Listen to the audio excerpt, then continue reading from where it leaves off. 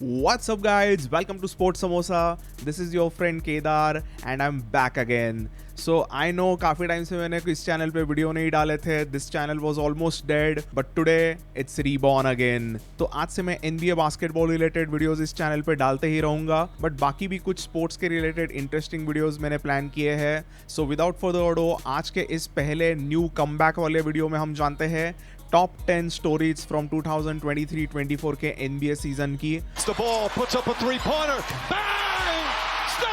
तो अभी देर किस बात की, चलो चलते हैं एंड जानते हैं top 10 stories from 2023-24 NBA season.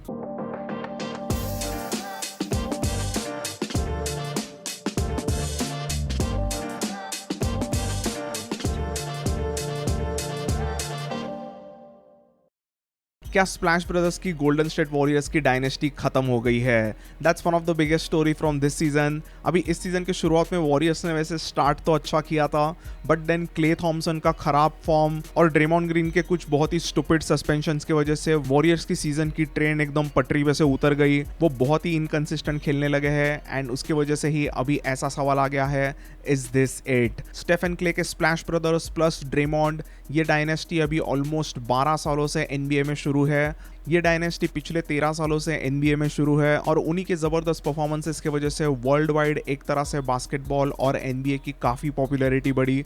But अभी ऐसा हो गया है कि they are almost at the end of their careers. खास करके क्ले थॉमसन का गेम इतना कुछ जम नहीं रहा और उसकी शूटिंग भी अभी वैसे काफ़ी एवरेज हो गई है. तो अभी ये सीजन जब खत्म होगा तो Clay Thompson is going to be an unrestricted free agent. तो इस ऑफ सीजन में अगर वॉरियर्स उसे अच्छा कॉन्ट्रैक्ट नहीं देते तो most probably he will leave. तो अभी क्ले छोड़ के जाएगा वॉरियर्स को या नहीं, ये सब हमें इस आने वाले ऑफ सीजन में पता चलेगा. तो at this moment I do believe कि गोल्डन स्टेट वॉरियर्स की जो एकदम स्प्लैश ब्रोथ्स की डायनेस्टी है वो मे बी इस सीजन के बाद में खत्म हो सके. बट जोनाथन कुमिंगा और ब्रैंडन पॉडमिन्स की जैसे कुछ अच्छे यंग प्लेयर्स की वजह से मे बी वॉरियर्स कुछ ही 1-2 साल में वापस कम्पीट हाई लेवल पे करने लग सकते हैं. But as of now I do believe that Stephen Clay की ये वॉरियर्स डायनेस्टी थोड़ा सा स्ट्रगल करेगी और इवेंचुअली इस ऑफ सीजन में खत्म होगी. देन दोस्तों next biggest story line of this season is none other than King James का 21st सीजन. इस सीजन के शुरुआत में लेब्रॉन ने 40,000 पॉइंट्स के बैरियर को क्रॉस किया और ऐसा करने वाला वो एनबीए हिस्ट्री का फर्स्ट एवर प्लेयर बना. James against Porter, drive, spins, gets inside. It's good. It's 40,000 for LeBron James. तो अभी लेब्रॉन के करियर के बारे में क्या ही कहना. He is been absolutely unstoppable since his रूकी ईयर. पहले रूकी ईयर में थोड़ा सा वो रॉ प्लेयर रहा था. He was getting used to the pace of the NBA, but second season से लेके अभी 21st सीजन तक लेब्रॉन के एवरेजेस रहे हैं 27, 7 and 7.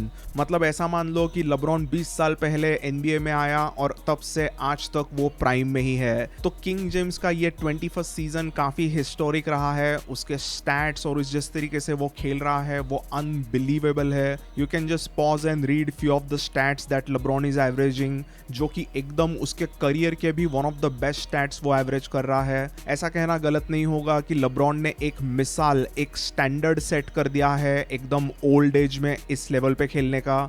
कई सारे प्लेयर्स, मुझे पूरा यकीन है, लेब्रॉन के इस अचीवमेंट्स को टारगेट मानकर खेलना ज़रूर चाहेंगे. मे बी स्टेफ हो या फिर ड्यूरेंट हो, वो भी ऐसे 20-21 सीजन खेलने तक जाने की कोशिश कर सके and that's all because of LeBron James. Then दोस्तों one of the saddest story of this season रही थी ईस्टर्न कॉन्फ्रेंस की दो टीमें, Detroit Pistons and Washington Wizards. Detroit Pistons ने इस सीजन के शुरुआत में एक लॉन्गेस्ट लूजिंग स्ट्रीक का रिकॉर्ड बनाया. वो लगातार 28 एनबीए गेम्स हारे, विच इज़ जस्ट हॉरिबल. अभी उनके पास में केड कनिंगम जैसा यंग प्लेयर अच्छा ज़रूर है. जेलन डुरन एक उनका अच्छा रिबाउंडिंग मशीन टाइप अच्छा प्लेयर है, बट वो दोनों भी यहाँ वहाँ पे गेम्स मिस कर रहे थे और बाकी की ओवरऑल टीम बाकी दूसरे एनबीए टीमों के कंपैरिजन में बहुत ही हॉरिबल है एंड वो सब कोर्ट में दिखा. वैसे ही वॉशिंगटन विज़र्ड्स भी इस सीज़न की एक बहुत ही फनीएस्ट टीम रही. जॉर्डन पूल, जो कि वॉरियर्स के 2022 के चैंपियनशिप का एक इम्पॉर्टेंट प्लेयर था, उसने वहाँ पे जाके तो पूरा अलग ही हंगामा कर दिया है. उससे ना शॉट्स पड़ रहे हैं, वो बार बार ऐसे शैक्टिनो फूल के प्लेज में आता है. It's just hilarious to watch, but it's pretty sad as well. Poole एक अच्छा खिलाड़ी है एंड वॉरियर्स फैंस अगर आप हो तो आपको तो पता ही है कि कितना इंपॉर्टेंट उसका परफॉर्मेंस रहा था 2022 के प्लेऑफ्स में जो स्टेफ का 4th रिंग रहा। देन दोस्तों next up is Kairi and Luka party is on. तो पिछले सीजन एकदम मिड सीजन एक बड़ी ब्लॉकबस्टर ट्रेड हुई थी जिसमें कायरी और लूका की जोड़ी बनाई गई डैलस में एंड सरप्राइजिंगली इट फेल्ड। तो ऐसा हुआ था कि पिछले सीजन एकदम ही मिड सीजन ट्रेड होने की वजह से उनका थोड़ा सा वो 1-2 पंच बैठ नहीं रहा था। कई बार ऐसा होता था कि दोनों भी एक दूसरे को इन्वॉल्व करने के लिए एक दूसरे को कुछ ज्यादा ही पासेस देते थे, या फिर कई बार ऐसा होता दोनों अपने ही अलग ही आइसो पोजीशंस खेलते रहते और उनका बराबर से वो कॉम्बिनेशन बैठ नहीं रहा था even though they are playing good.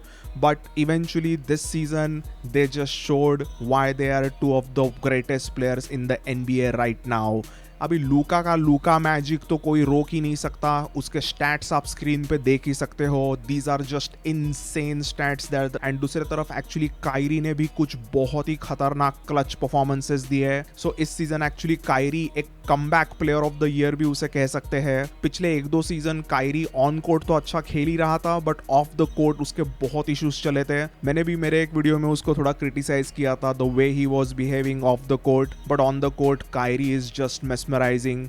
उसने इस सीजन वापस अपने कुछ भयंकर ड्रिबल कॉम्बोज मारे, कुछ बहुत ही खतरनाक टफ शॉट्स मार रहा था। तो लेट्स सी क्या होता है, but Kairi and Luka is going to be a deadly combination to watch out in the playoffs. So moving on to the next storyline, that is the Timberwolves and the Ant-Man Anthony Edwards, जिसे सभी लोग अभी कहने लगे हैं कि he could be the next face of the NBA क्योंकि उसका गेम भी इस सीजन अलग लेवल पे चला गया।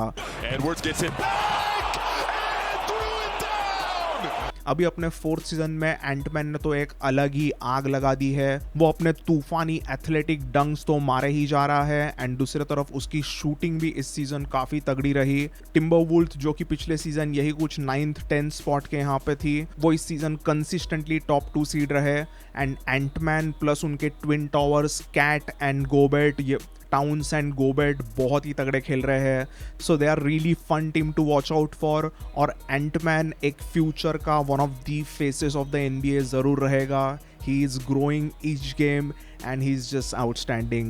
Then guys, next up is Oklahoma City Thunder and SGA and they are definitely a story of the season. सभी NBA fans को लग ही रहा था कि Oklahoma City Thunder का ये जो young players का एक ग्रुप है वो थोड़ा सा tough to beat जरूर रहेगा, but nobody knew कि वो भी ऐसे टॉप 2 टॉप 3 सीड इस सीजन कंसिस्टेंटली रहेंगे एंड एकदम आसानी से तगड़े वेस्टर्न कॉन्फ्रेंस में प्लेऑफ्स में आएंगे। मैंने एक बार पहले भी SGA का वीडियो अपलोड किया था, उसका गेम कैसा है उसके रिलेटेड आपको कई सारी चीज़ें बताई थी, तो उसने वो चीज़ें और थोड़ी सी एक्स्ट्रा अच्छी करनी शुरू कर दी इस सीजन एंड उसी के साथ साथ उसके टीममेट्स भी नेक्स्ट लेवल इस सीजन चले गए हैं। खास करके जेलन विलियम्स द J-Dub, वो एकदम ही अच्छे जंप शॉट्स वगैरह मारने लग गया एंड उसकी 3 पॉइंट शूटिंग 35% से सीधा 43% पे आ गई बस दूसरे ही सीजन में। So that's an insane improvement और वो एक कवाई लेवल का प्लेयर वगैरह बन सकता है फ्यूचर में, दैट्स इट सीलिंग। तो J-Dub हुआ, SGA हुआ एंड देन तीसरा उनका स्टार अभी इस सीजन का जो कि रूकी है इस सीजन के लिए, हालांकि वो पिछले सीजन ड्राफ्ट हुआ था बट खेला नहीं था पिछला सीजन पूरा, इसलिए उसे सब इस सीजन ही रूकी कह रहे हैं, दैट इज शेट होल्मग्रेन। तो वो भी एक यूनिकॉर्न खिलाड़ी है, ऑलमोस्ट 7 फुट 1 इंच का बंदा है but he can shoot 3 ball एकदम ज़बरदस्त तरीके से। एज अ सेंटर उसकी शूटिंग एबिलिटी एकदम काबिले तारीफ है बट उसी में वो दूसरे तरफ डिफेंसिव एंड पर बहुत ही अच्छा ब्लॉक्स वगैरह मारता है। तो they have a really good two way player जो कि ऐसे SGA और J-Dub के आसपास खेलेगा। अभी यहाँ पे ये टीम खत्म नहीं हुई, अभी तो बचे हैं जॉश गिडी एंड लू डॉर्ट, तो ये दोनों भी एकदम ही अच्छे यंग प्लेयर है। खास करके Aussie point guard Josh giddy, उसका और SGA का 1-2 पंच जो है कॉम्बिनेशन, दोनों भी वैसे कॉम्बो गार्ड है, दोनों कहने के लिए पॉइंट गार्ड से, दोनों कहने के लिए शूटिंग गार्ड से, वो ऐसे अल्टरनेट पोजीशंस यहाँ वहाँ पोजीशंस पर चेंज करते रहते हैं हु हैंडल्स द बॉल, तो उनका बहुत ही अच्छा रैपो जमा है वहाँ पे। सो ओवरऑल NBA की सेकेंड यंगेस्ट टीम होने के बावजूद OKC के लिए स्काई इज द लिमिट और ये भी इस सीजन की एक बहुत ही फन स्टोरी रही। देन गाइज नेक्स्ट है बॉस्टन सेल्टिक्स की super team, Jayson Tatum, Jaylen Brown, Kristaps Porzingis and then Jrue Holiday plus Derrick White. ये पांचों प्लेयर की स्टार्टिंग लाइनअप मतलब दी बेस्ट स्टार्टिंग लाइनअप इस सीजन एनबीए की। Eastern Conference में तो सेल्टिक्स के लिए कोई मुकाबला ही नहीं है ऐसा लग रहा है। They are head and shoulders above the rest of the competition in eastern Conference. Jaylen Brown को इस सीजन की शुरुआत में एक ब्लॉकबस्टर कॉन्ट्रैक्ट एक्सटेंशन दिया बॉस्टन सेल्टिक्स ने। He has become the highest paid player in the NBA history, और वो जो पैसे वहां कमा रहा है वो कोर्ट पे भी दिखाई रहा है। दूसरी तरफ even Tetam is being Tetam, उसने तो अपना एलीट 2-वे गेम शुरू ही रखा है। ऑफेंस पे तगड़ा ऑफेंस एंड डिफेंस पे crazy defence, B it any player, he can guard all the 5 positions, और वही चीज टेटम को एक सुपरस्टार बनाता है। देन उसके पास उसी में अभी आ गया है पोर्जिंगिस, जिसने तो उनके ऑफेंस का एक अलग ही पैंडोराज बॉक्स खोल दिया है ऐसे कह सकते हैं। He is always been injury prone player, but इस सीजन उसने काफ़ी अच्छा मेंटेन रखा है हाई लेवल गेम, और वो काफ़ी हेल्दी लग रहा है, एंड उसी वजह से Celtics are also looking scary. So कहने का मतलब यही है कि सेल्टिक्स की सुपर टीम ईस्टर्न कॉन्फ्रेंस में तो एकदम ही फेवरेट्स लग रहे हैं। ऐसा लग ही नहीं रहा है कि कोई टीम उनको प्लेऑफ्स में हरा पाएगी, but then again Miami Heat को नहीं भूल सकते, तो उसके रिलेटेड हम बाद में बात करेंगे। But as of now at least on paper and the way this season is gone, मुझे तो लगता है Celtics will just roam through the eastern conference and reach the finals. Then friends अब बात करते हैं Giannis Antetokounmpo and Damian Lillard के जोड़ी के बारे में। तो ग्रीक फ्रीक एंड डेम की ये जोड़ी बनाई गई थी इस ऑफ सीजन में, जब एक ब्लॉकबस्टर ट्रेड हुई जिसमें लिलर्ड पोर्टलैंड से मिलवॉकी में आया, और तब वैसे लगा कि भाई इस सीजन बहुत ही तोड़फोड़ टीम रहने वाली है मिलवॉकी की। बट हुआ क्या, even though they are top 3 seeds, जो कि उन्होंने यहाँ वहाँ के छोटे मोटे टीम्स को हरा के अच्छे विन्स हासिल किए इसलिए है, बट ओवरऑल तो वो बहुत ही स्ट्रगल करते हुए नजर आ रहे हैं। थोड़ा भी कोई अच्छा टीम है, थोड़ा अबव एवरेज और थोड़ा अच्छा तगड़ा टीम है, तो मिलवॉकी हारते ही हारते हैं, and that's pretty sad to see. Giannis is still a force, वो तो अपना अलग ही तूफानी गेम खेलता ही रहता है, यहाँ वहाँ कूद कूद के डंक मारता है, बट उस टीम में कई सारे इश्यूज है। उनकी डेप्थ नहीं है, उनका बेंच वैसे काफ़ी फालतू है, एंड थोड़े बाकी के रोल प्लेयर्स वगैरह भी कुछ उस टीम में अच्छे नहीं है। डेम एंड यानिस एंड थोड़ा बहुत ब्रुक लोपेज का डिसेंट परफॉर्मेंस, बॉबी पोर्टिस वगैरह छोड़े तो बाकी के प्लेयर्स वैसे काफ़ी एवरेज से खेलने लगे हैं। सरप्राइजिंगली क्रिस मिडल्टन, जो कि एक स्टार प्लेयर रहा था यानिस एंड मिलवॉकी के 2021 के चैंपियनशिप रन में, he was like the main mid range bucket getter for them, but उसके शॉट्स पड़ नहीं रहे, एंड एक्चुअली खास करके वो काफ़ी यहाँ वहाँ इंजर्ड वगैरह भी रहा, तो उस वजह से ही मिलवॉकी बहुत स्ट्रगल करते हुए नजर आई। एक्चुअली एक टाइम ऐसा आ गया था कि they were almost a number 1 seed, वो टॉप 2 सीड थे, बट आउट ऑफ नोवेयर उन्होंने अपने इस सीजन के शुरुआत से जिसको कोच रखे थे, उनको कोच एड्रियन ग्रिफिन को उन्होंने सीधा फायर कर दिया मिडल ऑफ द सीजन में, एंड उनको रिप्लेस करने के लिए उन्होंने लाया डॉक रिवर्स को। तो अभी वैसे तो डॉक रिवर्स अच्छे कोच है, काफ़ी जाने माने हैं, वो 2008 की जो बॉस्टन सेल्टिक्स की चैंपियनशिप की टीम थी उसके कोच थे, बट ओवर द ईयर्स उनके टीम के परफॉर्मेंसेस बहुत ही खराब रहे। तो एनबीए के हिस्ट्री में ऐसा 13 बार हो चुका है कि टीम 3-1 से डाउन प्लेऑफ्स में गए हैं, बट उन्होंने कमबैक करके 4-3 सीरीज जीती, लगातार 3 मैचेस जीत के।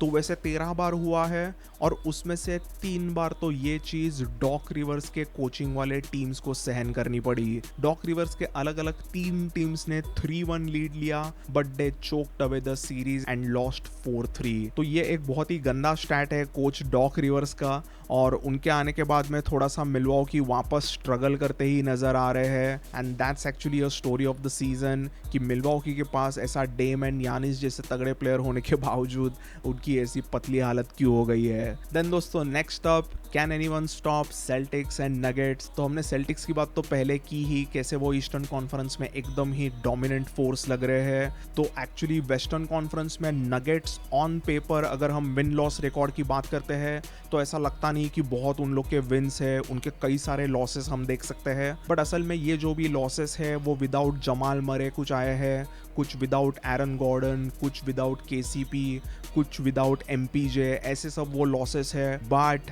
जब निको जोकर यानी निकोला योकिच अपना अनबिलीवेबल गेम खेलता है अपने चारों स्टार्टिंग लाइनअप के प्लेयर्स के साथ में, दे आर जस्ट अनबीटेबल। जब हेल्दी होते हैं तब Denver Nuggets are still the team to beat, और मेरे हिसाब से वेस्टर्न कॉन्फ्रेंस में से नगेट्स एंड ईस्टर्न कॉन्फ्रेंस में से सेल्टिक्स ही आएंगे 2024 के प्लेऑफ्स में।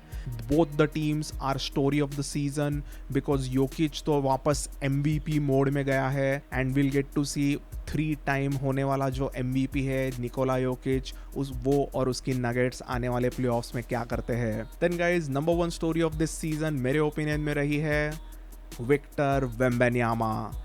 We are all witness।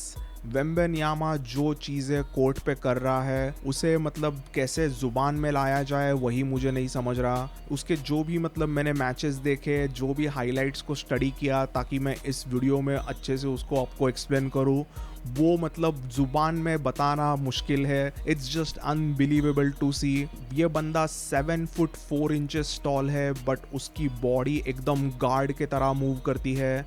He can handle the ball, he can shoot and उसका डिफेंस तो अभी से कुछ अलग लेवल पर क्रेजी है। वेम्बी अपने रूकी सीजन में ही 3.6 ब्लॉक्स को एवरेज कर रहा है which is literally unheard of. And इसी में एक्चुअली वेम्बेन्यामा ऐसे कुछ बहुत टाइम भी नहीं खेलता। उसका अभी पहला ही रूकी सीजन है तो सैन एंटोनियो स्पर्स भी उसे यही कुछ 28 से 30 मिनट ही खिलाते हैं। वो ऐसे कुछ एकदम 38-40 मिनट्स ईच गेम खेलता नहीं है जो मोस्टली बाकी के स्टार प्लेयर्स वगैरह खेलते हैं आउट ऑफ 48 मिनट्स का गेम टाइम। तो वेम्बी पूरे NBA गेम के आधे से थोड़ा सा ज़्यादा टाइम खेलता है बट वो ऐसे कुछ इनसेन स्टैट्स एवरेज कर रहा है। तो वेम्बी मैनिया स्पर्स में शुरू हो चुका है। उसका हर एक गेम किसी ना किसी स्टार प्लेयर के साथ में जो भी होता है वो एकदम स्पेक्टिकल रहता है। तो अगर फ्रेंच फिनॉम विक्टर वेम्बेन्यामा अपना ये जो पोटेंशियल है उसे एकदम अच्छी से इवेंचुअली फुलफिल करता है तो हम 2023-24 के सीजन को हमेशा कहेंगे कि that's the season when Victor Wembanyama started playing in the NBA। तो दोस्तों ये रही top 10 stories from the 2023-24 NBA season. In my opinion definitely कई सारी और भी स्टोरीज रही थी अलग अलग टीम्स को लेके भी। Let's just go over few honourable mentions. एक तो रहा कोच आइमे उडोको का ह्यूस्टन रॉकेट्स का टीम एंड खास करके उनके 2 young stars एल्परन शेंगुन and Jalen green. उन दोनों की जोड़ी मतलब एक फियरसम 1-2 पंच बन के नेक्स्ट कुछ सीजन्स में उभर के आ सकती है। शेंगुन को इस सीजन कई सारे NBA फैंस बेबी योकिच कहने लगे बिकॉज ही प्लेज लाइक योकिच एंड जेलन ग्रीन का तो अलग ही जलवा शुरू है। तो watch out for these Houston Rockets in upcoming seasons. Then दोस्तों और कुछ स्टोरीज में Orlando Magic and New York Knicks भी थोड़ा अच्छा खेल रहे हैं इस सीजन। ओरलैंडो का सॉफ्टमोर सेंसेशन पाउलो बैंकेरो उनको इस सीजन सीधा प्लेऑफ्स में घसीट के लेके आया है। तो that's a young team to watch out for in eastern conference. And New York Knicks को कई लोग ऐसा कह रहे हैं कि दे आर द वंस जो कि एक आउटसाइड चैलेंज दे सकते हैं, एक डार्क हॉर्सेस है बॉस्टन सेल्टिक्स को हराने के लिए। उन्होंने एक मिड सीजन ब्लॉकबस्टर ट्रेड की थी। उन्होंने ओजी अनुनोबी को लाया टोरंटो रैप्टर्स से which was a massive trade for them क्योंकि उसके आते ही निक्स कई सारे इंपॉर्टेंट गेम्स जीतने लगे। एंड अभी प्लेऑफ्स में जब जाएंगे तभी कईयों का यह मानना है कि Knicks will be the one team for the dark horses in the eastern conference. तो guys that's all in this one. I hope आपको ये वीडियो देखने में मजा आया।